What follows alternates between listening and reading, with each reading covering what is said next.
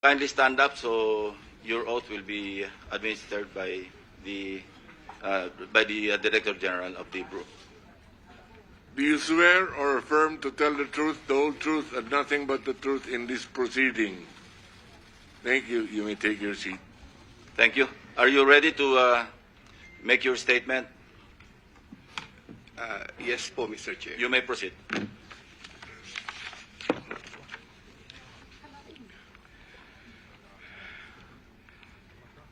Dear Senator Lacson and honorable members of the Blue Ribbon Committee, I am Roberto Bernardo, formerly an Undersecretary for Operations of the Department of Public Works and Highways, DPWH.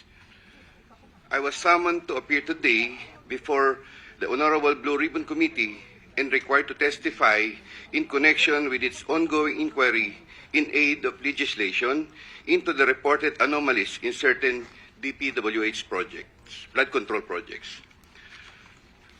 Bago ko po ilahad ang aking nalalaman sa mga bagay na nais tumbukin ng kagalang-galang na Blue Ribbon Committee, ako po ay umaamin sa aking maling nagawa. Ako po ay hindi naging matatag at tapat sa pagpapatupad ng tungkulin na ipinagkatiwala sa akin ng ating pamahalaan at sambayanan. Taus-puso at puno ng pagsisisi na ako po ay humihingi ng kapatawaran sa Diyos, sa ating bansa at mga kababayan, gayon din sa aking pamilya, mga kaibigan at sa lahat ng aking binigo. Nakagawa po ako ng pagkakamali at pinahintulutan ko po ang aking sarili na maging kasangkapan sa pagpapatupad ng isang masamang gawain. Handa po akong gawin ang lahat ng nararapat upang maiwasto ang aking kamalian at maiwasan na ito'y mangyaring muli. I wish to assure the Honorable Blue Ribbon Committee of my full cooperation with the investigation. I am submitting an affidavit outlining my knowledge and of involvement in certain events material to the subject of investigation. Moreover, I will disclose and expound on related incidents within my personal knowledge, mindful not only of the materiality of my testimony, but also of my rights, as well as fearful of what effects my disclosures will have on my family's safety and well-being. I have applied before the Department of Justice for coverage as a state witness under Republic Act No. 6981, otherwise known as Witness Protection, Security and Benefit Act. I hope the Honorable Blue Ribbon Committee will find merit in my application and favorably endorse the same to the DOJ. With the assurance of the Honorable Blue Ribbon Committee that my rights and benefits under RA 6981 shall be respected, I am prepared to submit the aforesaid affidavit to Honorable Blue Ribbon Committee and swear to and testify on the same, with the approval of the Honorable DOJ Secretary on the disclosure thereof for such purposes. The highly sensitive nature of the disclosures made in my affidavit cannot be stressed enough. These deal with involvement in irregularities of 4 senators and 1 congressman, 1 member of a constitutional commission, and 1 undersecretary, seriously undermining public trust in 2 out of 3 branches of our government and a constitutional body, thereby posing a significant threat to our national security as it may lead to political instability, which may weaken the ability of the government to function effectively. 25 of September 2025, Makati City, Metro Manila. And this, Mr. Chair, signed na po ito. Okay. May we hear from Secretary Remulla since he mentioned about his application for admission into the program. Your Honor, we will have to evaluate his statements in relation to all the other testimonies that we have gathered in the DOJ and in the Blue Ribbon Committee. The Senate President. Mr. Chairman, we would like to listen to your sworn affidavit, if you have one, or an affidavit that you will swear to, to complete the disclosure that you're talking about.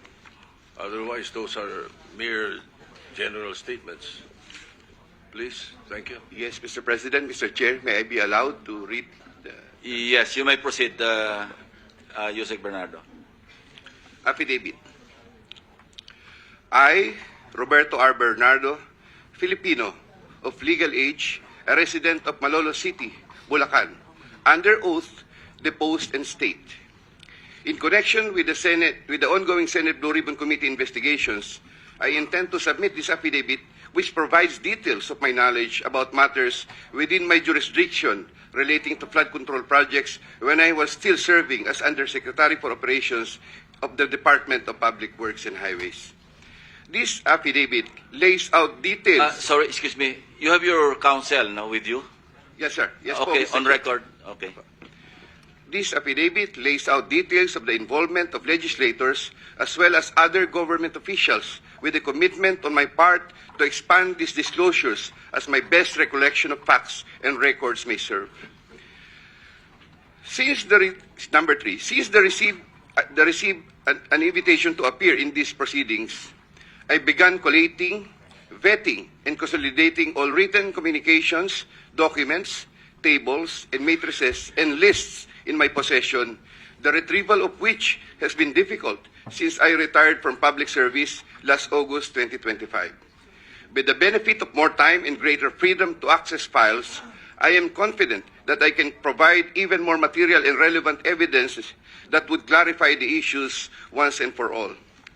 Number 4, more importantly, I am executing and submitting this affidavit with my full and absolute consent as an integral part of my application to be admitted under the Witness Protection Program through the favorable recommendations of the Honorable Chairman of the Blue Ribbon Committee, Senator Ping Lacson, and the Honorable Senate President, Tito Soto, under Section 4, as well as Section 10 of Republic Act Number 6981, otherwise known as Witness Protection, Security, and Benefit Act before the Department of Justice. I attest and confirm that the names, dates, and transactions mentioned hereunder are based on my direct personal knowledge and have ample documentary support where necessary or desirable if given full opportunity to retrieve the same. Background facts. I earned my bachelor's degree in Bachelor of Science in Civil Engineering in 1984. I am a registered civil engineer by profession. In the year 1985, I began my 40-year stint in the DPWH as a laborer. I then climbed the ranks through the years as Associate Civil Engineer, Engineer 2, Engineer 3, and as Assistant District Engineer, Assistant Regional Director. I then became Assistant Regional Director CESO4 sometime in 2012 until my appointment as Assistant Secretary in 2016. I finally became Undersecretary more than a year later and remained such until my retirement on August 2025. I met former District Engineer Henry Alcantara during my assignment in the Laguna 2nd District Engineering Office. Engineer Alcantara, Engineer Bryce Hernandez, Engineer J.P. Mendoza, and Engineer Algie Jumasig all belong to the Bulacan 1st DEO. 2020-2040 scheme. Sometime after the State of the Nation address of President Ferdinand Bongbong Marcos Jr. in July 2025, and while I was already on sick leave, I heard from Secretary Bunoan for the first time that Engineer Alcantara, Engineer Hernandez, Engineer Mendoza, and Engineer Dumasig were engaged in contracting activities using the licenses of other contractors. Subsequently, Engineer Hernandez confirmed this arrangement through one of the legislative hearings and by other contractors whose license they used. According to Bryce Hernandez, their sharing is 20-20-20-40% from these activities. My understanding is that they had prepared and signed documents for purposes of collecting payments, which they then apportioned the profits amongst themselves. However, I must admit that I have no personal knowledge on the exact actions they took to accomplish this scheme, and I can only be asked general questions on the systems in place that would have allowed this modus operandi to happen. I categorically state that I have neither knowledge nor participation in these business activities, which were entirely done by Engineer Alcantara, Engineer Hernandez, Engineer Mendoza, and Engineer Dumasig on their own. Ghost projects. At about the same time, after the 2025 SONA, I also heard for the first time that aside from the 2020-2040 scheme, were flood control projects, ghost projects, for which Engineer Alcantara, Engineer Hernandez, Engineer Mendoza, and Engineer Dumasig were also responsible.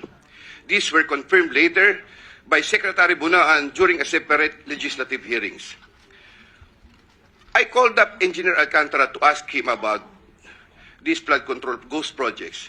He denied any participation. Subsequently, he likewise told me that he even convened the officers of Bulacan First DEO to confront them about these ghost projects, and that some officers, it was Engineer Hernandez, who was the primary person responsible for the same. In the exact words of Engineer Alcantara, si Bryce po yan. I categorically state that I have neither knowledge nor participation in these flood control ghost projects. Congressman Saldico. My personal knowledge regarding Congressman Saldico are set out as follows. Congressman Saldico one time called me to say that he met Engineer Alcantara and wanted to confirm, maayos bang kausap si Engineer Alcantara? To which I replied, maayos po. Engineer Alcantara then told me that Kong Saldico was asking for a 25% commission, and out of that amount, 2% was to be shared equally between Engineer Alcantara and myself. In his exact words, Boss, hati na tayo sa 2%. Furthermore, Engineer Alcantara would tell me every time that he made deliveries of cash to Congressman Zaldico in compliance with his commitment to Congressman Zaldico.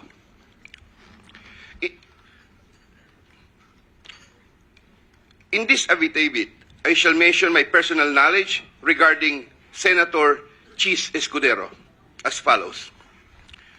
Maynard Ngu and I are close friends, and we go years back. He is also a close friend and campaign contributor of Senator Chis Escudero. Maynard Ngu asked me to submit a list of projects. I personally submitted a list of projects to Maynard Ngu, and some of the items therein pertaining to Valenzuela and Marinduque projects were subsequently included in the General Appropriations Act.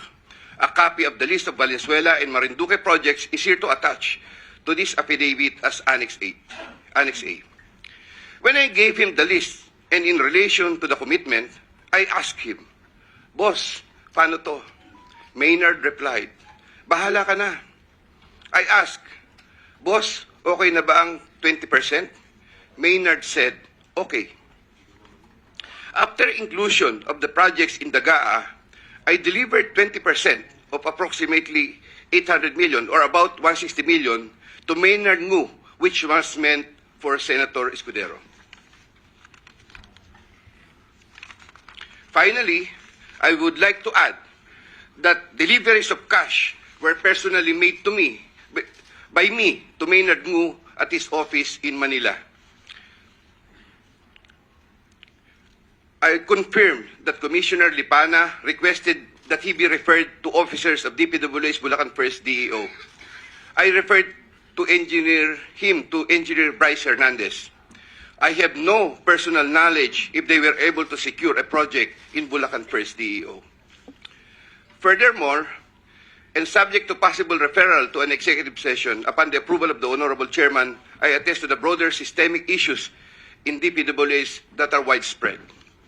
My statements hereunder are based on personal knowledge and direct interactions with the personalities involved with great risk to my safety and that of my family members. I confirm the following. Yusek Traigib Olaybar of DepEd. Yusek Traigib Olaybar used to work for Senator Ramon Bong Revilla and Senator Sani Angara before his appointment as Yusek for the Department of Education. Sometime 2010, I met for the first time Yusek Olaybar, who was then working in the office of Senator Bong Revilla. Later, I learned that he transferred to the office of Senator Edgardo Angara and then later to Senator Sani Angara. Sometime 2024, Yusek Olaivar personally called me for a meeting to discuss about unprogrammed appropriations, supposedly for the office of the Executive Secretary. In the said meeting, he requested me to submit a list of projects. After the meeting, I asked Bulacan First DEO to prepare a list of projects for funding. Thereafter, Engineer Alcantara submitted a list of projects worth 2.85 billion. Here to attach as Annex B is a list of those projects. Subsequently, I submitted this list to Yusek Olaivar. Yusek Olaivar told me that the commitment is 15%. In his words, Boss, 15 yan. Thereafter, the DPWH received a special allotment release order for 2.85 billion for the projects listed in Annex B. Engineer Alcantara, from time to time, would collect and deliver the agreed 15% commitment to me, which I delivered or caused to be delivered to Yusek Olaivar in Magallanes, Makati, and other places.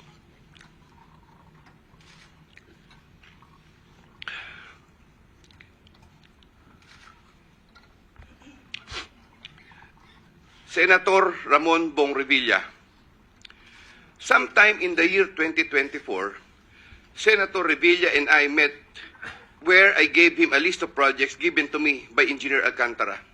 Senator Revilla asked for a commitment, which I suggested. Then he approved at 25% of the total amount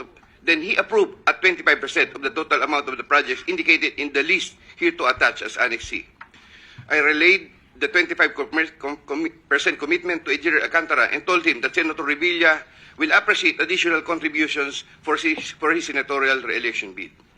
Engineer Alcantara collected the 25% commitment, or about 125 million, which was turned over to me and then delivered to Senator Revilla in his house in Cavite.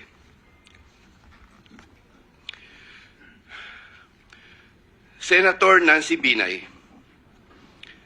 Sometime in the year 2024, Carlin Villa, a staff of trusted confidant of Senator Binay, called me and asked for a commitment which was set at 15% of the total amount of the projects indicated in the list here to attach as Annex D. I relayed the 15% commitment to Engineer Alcantara. Engineer Alcantara collected 15% commitment, or about 37 million, which was turned over to me and which I then delivered to Senator Binay at a house in Quezon City. Given the complexities of the transactions and personalities involved, I humbly reserve the right to submit a supplementary affidavit if warranted in the premises. I attest to the truth of the foregoing statements based on my personal knowledge and authentic records. In witness or hope, I will be affixing my signature this day of September 2025 here, Mr. Chair. Yeah. Kindly sign your affidavit in the presence of everybody.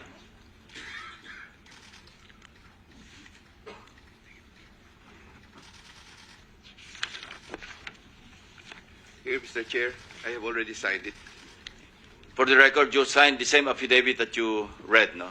Yes po, Thank Mr. you. Chair. Maraming salamat, Yusek. Secretary Remulla is recognized. Your Honor, after hearing his affidavit and his willingness to disclose all other details about the transactions that happened under his watch, may I respectfully ask the committee to allow the DOJ to have an evaluation of Mr. Bernardo immediately. This matter has to be done because of the gravity of the situation and the fact that we may have to really work overtime on legal matters that are needed, or necessary legal matters, so that we can preserve the monies and other things that are involved in this discussion. Thank you, Secretary Remulla.